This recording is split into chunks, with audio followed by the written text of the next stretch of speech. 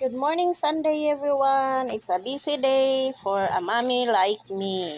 Kada Domingo na lang or every weekend yun ta nga mga mami busy kayo. Halos inapas na to ang atong mga oras.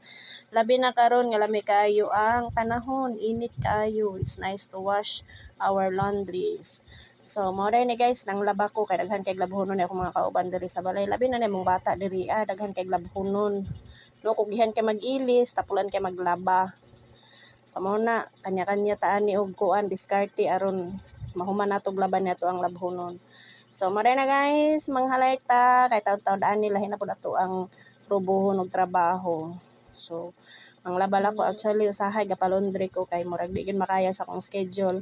Labi na og daghan kay kung nakapila nga tahiunon og ginapas ang akong oras nga mahuman akong tahiunon. So mabiyaan gyud ako akong labhonon mo nang gapalondre gyud mi usahay sa ila ni Madam Angela Ventura.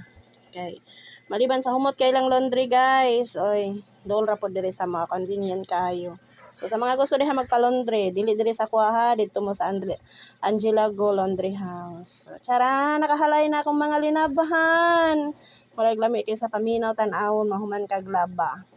Nga nakahanger na, humot na, hinlo na, maghulat na lang taani nga maugani og mamilo na sad murag ang pinakakapoy gyud nga trabaho no kanang mamilo og linabahan labi nagdaghag piluonon.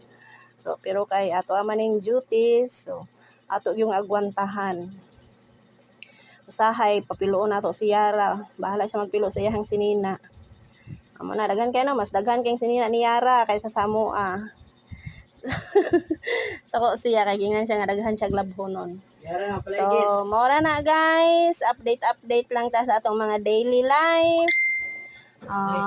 Sa mga gusto din ha, mga mamis din ha, or mga anak, labi ng mga dagko na.